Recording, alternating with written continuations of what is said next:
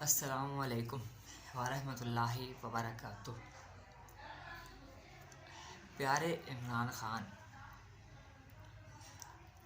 ये खाके अली सीधा आपसे मुखातिब है और ये एक महफूज हाथों के ज़रिए आप तक पहुंचा रहा और वो बेशक महफूज हाथ है। ये बहुत ज़रूरी था क्योंकि आपके लिए कुछ आया है। अगर मैं आसान करूं तो आपके लिए एक ज़िम्मेदारी आई, क्योंकि आपकी एहसास ज़िम्मेदारी को, आपकी चाहे इस्लाम की रूह से थोड़ी नाकिस ही सही, लेकिन इंसानियत की रूह से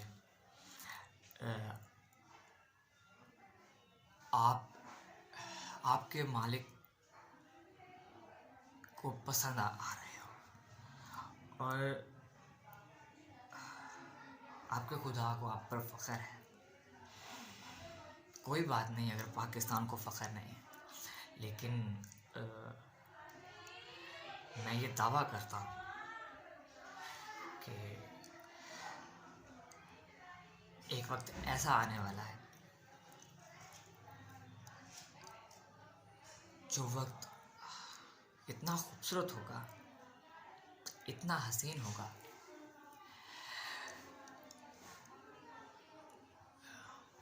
उसकी खूबसूरती का शायद मैं एक मंज़र तो देख सकूं, लेकिन क्योंकि मैं ही ये बयान कर रहा हूँ तो इसका मतलब मैं वो मंज़र देख रहा हूँ। मेरी आंखें देख रही हैं तो मेरी ज़बान बोल रही है, लेकिन वो मंज़र इस पाकिस्तान के लोग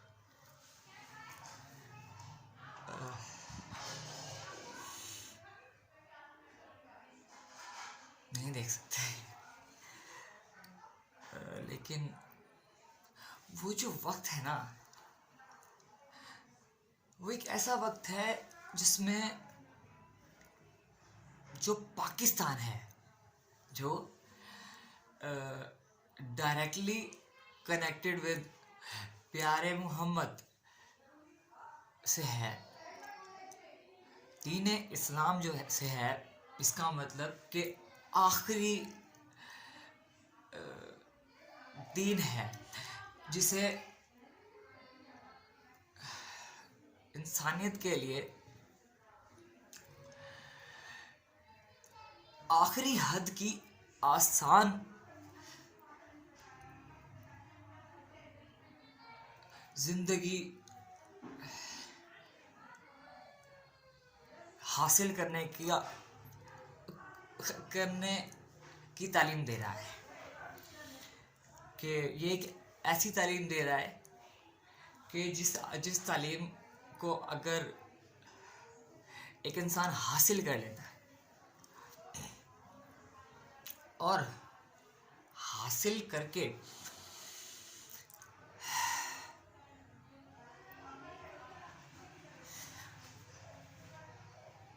खोज लेता है खुदा को, तो फिर आपको एक तस्वीर दिखा रहा हूँ अपने अल्फाजों की सूरत में, आप देख लें। आपकी आंखों को ये मंजर कैसा लग रहा है कि पूरी दुनिया जो है, क्योंकि पूरी दुनिया के पास अधूरा अधूरा इल्म आया ना, क्रिश्चियन के पास एक अधूरा इल्म आया है,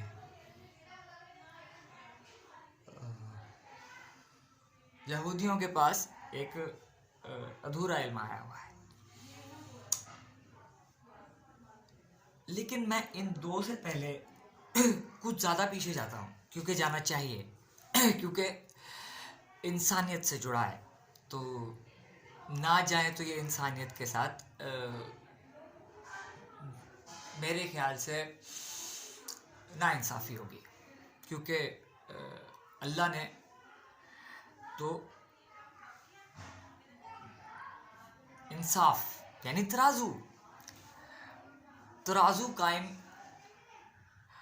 आप दुनिया की सारी किताबें उठाकर देखें, क्या करें, आप पूरी दुनिया की कामयाब से कामयाब और हैरान से हैरान कर देने वाली किताब भी उठाएं, और उसमें मुझे तराजू का लफ्ज़ इस्तेमाल होता हुआ दिखाएं। अगर आप ना दिखा पाएं, और मैं जानता हूं, मेरा ईमान है कि आप नहीं दिखा पाएंगे,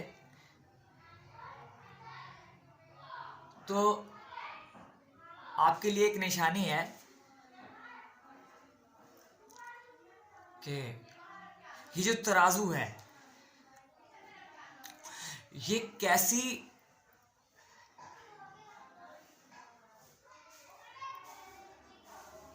ताकत बता रहा है,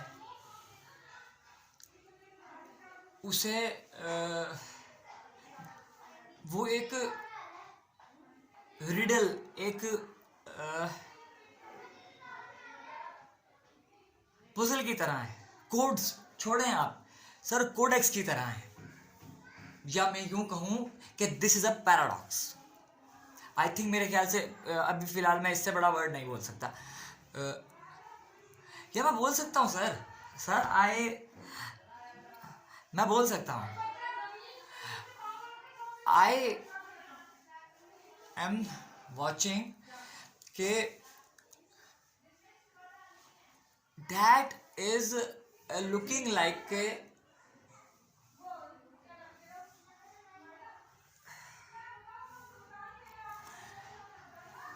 neural network. What? Neural network.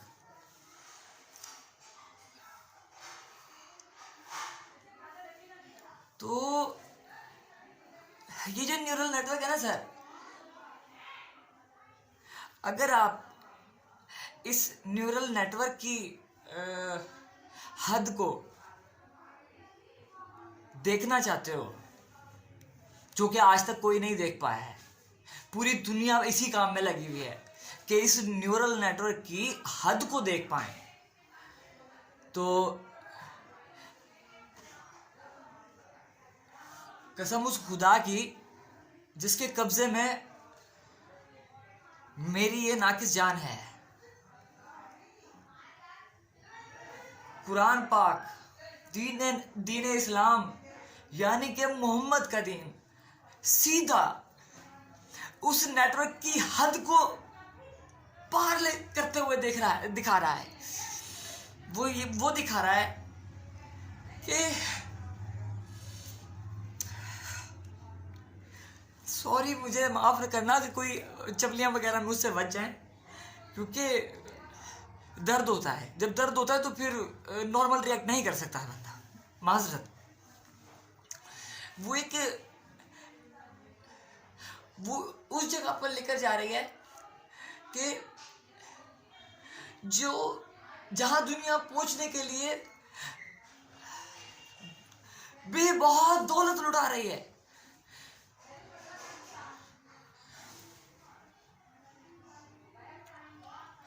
वहां तक दीन इस्लाम डायरेक्ट पहुंचा रहा है।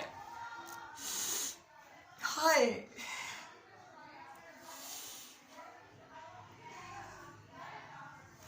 ये मुझे पता नहीं था, ये अभी आपके सामने ही आपसे बात करते हुए मुझे डिस्कवर हुआ है।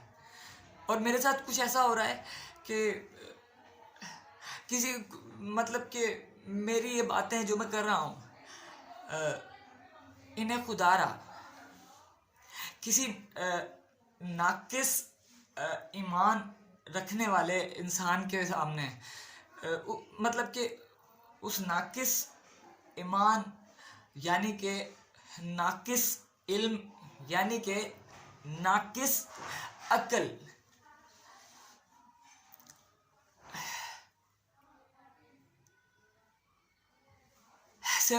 मेरे इन अल्फाजों को, मेरी वीडियो को बचाइएगा प्लीज़, क्योंकि मैं अगर अपने दिल में अल्लाह के बाद किसी चीज़ का ऐसा डर रखता हूँ ना, जो डर मेरी जान लेता है, मेरी जान निकालता है, वो ये है कि मुझे अपने अल्फाजों को मेरी आंखों से ज़ाया होता देख के मेरा कत्ले आम हो जाता है, लेकिन अंदर से होता है, बाहर से नहीं हो सकता। इसलिए इस बात का प्लीज़ ख्याल रखिएगा। अच्छा, तो सर आपके लिए जो आया है ना, आपके लिए एक रंग आया है, आपकी एक जिम्मेदारी, आपके ऊपर एक जिम्मेदारी डाली गई है, एक एक रंग की जिम्मेदारी आई है आपके ऊपर। उस रंग का वो रंग वो है जो इन अल्फाजों, इन बातों के पीछे का रंग है। ये वो रंग है, और उस रंग की हिफाजत की जिम्मेदारी आपके पास आई है। अब क्योंकि हुआ ये है कि खुदा को आपके अंदर ईमान की मजबूती जैसी चीज़ तो नज़र आई है, लेकिन हुआ ये है कि आपके अंदर आसान कर देता हूँ। अल्लाह फरमाते हैं, वो बयान है, वो रिटन है, ये आपकी ज़ात के लिए ना, आपकी परेशानी को कहीं महसूस किया जा रहा था, आपकी किसी तकलीफ़ को देखा जा रहा था कहीं पर, आप कितनी परेशानी के आलम में हैं ये देखा जा रहा था। तो और आप उस परेशानी से आज़ाद भी नहीं हो पा रहे, वो भी देखा जा रहा था। तो हुआ ये कि आपके लिए फिर आपको अकेला मेरा खुदा कैसे छोड़ सकता है? ऐसा इंसान जो उसके मोहम्मद, उसके महबूब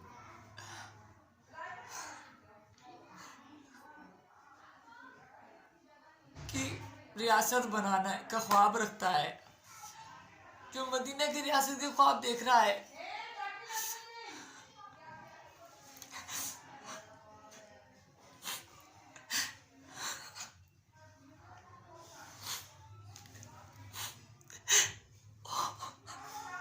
मैं आपके अल्फाजों को भी ज़ाया होते नहीं देख पा रहा हूँ।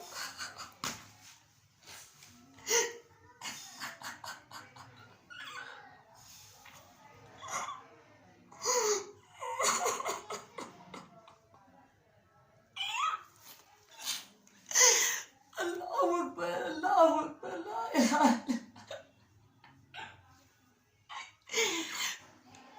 मेरे प्यारे इमरान खान,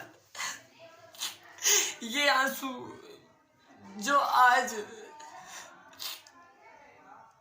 बंद तोड़ के बाहर आए हैं,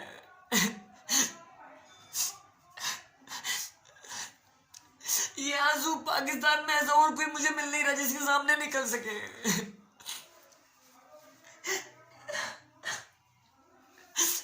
तलाश करने में मुझे 4 साल लगा दिए मैंने, 4 साल में पूरा पाकिस्तान नहीं छोड़ा है मैंने।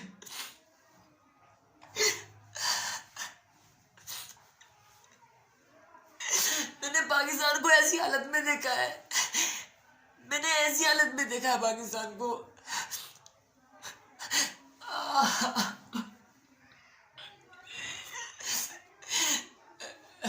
जो मेरी गर्दन की जान निकालता है।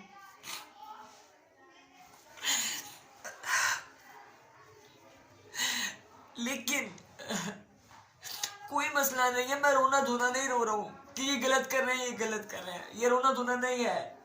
ये बस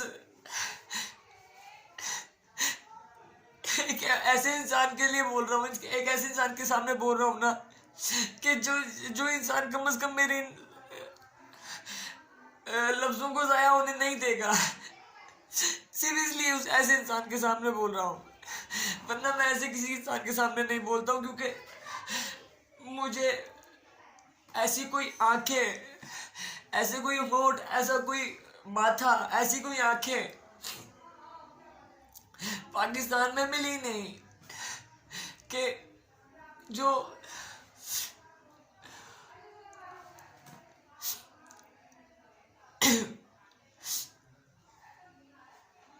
उस मंजर को अपने पास लाकर कूड़े में न फेंके। ऐसे वो जो उनकी आंखों ने देखा और जो तस्वीर उनके दिमाग में गई, उस तस्वीर को उन्होंने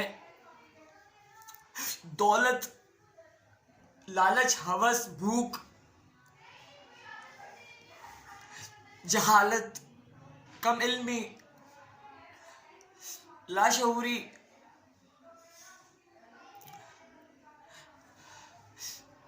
मैं इन्हें 2 लफ्जों में बयान करूंगा, मैं इन्हें 2 लफ्ज देता हूं,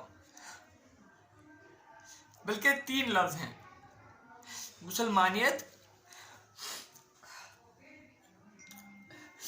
दूसरी शैतानियत, तीसरी हवानियत, हैवानियत।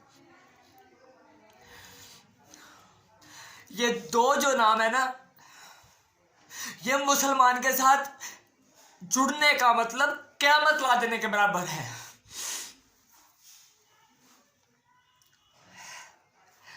बस इससे बड़ी कोई बात हो ही नहीं सकती, और इससे छोटी बात मैं करना नहीं चाहता अब, क्योंकि मेरे मुंह से बहुत बड़ी बात निकल गई है।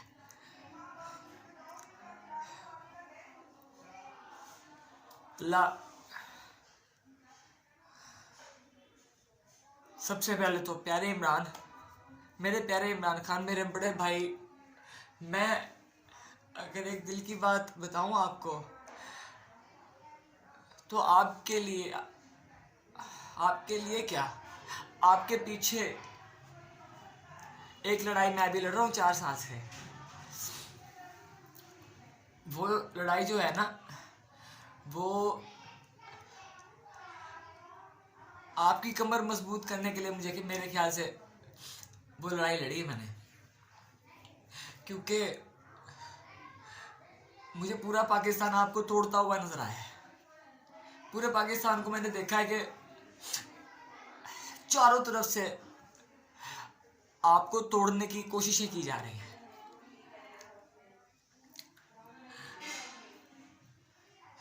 क्योंकि आप जो ख्वाब बता रहे हो ना, वो ख्वाब जिसे मदीना की रियासत कहते हैं, वो ख्वाब हकीकत में बदलते हुए देखने का तसव्वुर भी हकीकत में नहीं, ख्याल में, विजुअलाइजेशन में, इमेजिनेशन में मदीना की रियासत बन जाने का मकसद ही तीनों मशरिक, तीनों सिमतों को हिला के रख देगा। इसका मतलब कि इस पूरी जमीन को हिला कर रख देगा। क्या ये पूरी जमीन हिल जाएगी?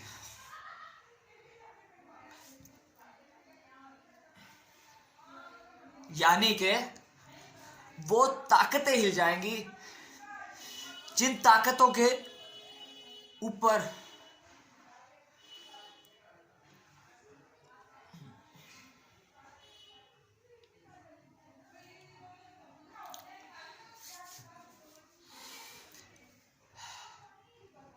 इनको मौत वाक़या हो सकती है, और अगर ये हो गया ना और इनकी मौत वाक़या होने लगी तो शुरुआत होनी है एक बेहद खौफनाक सा मंजर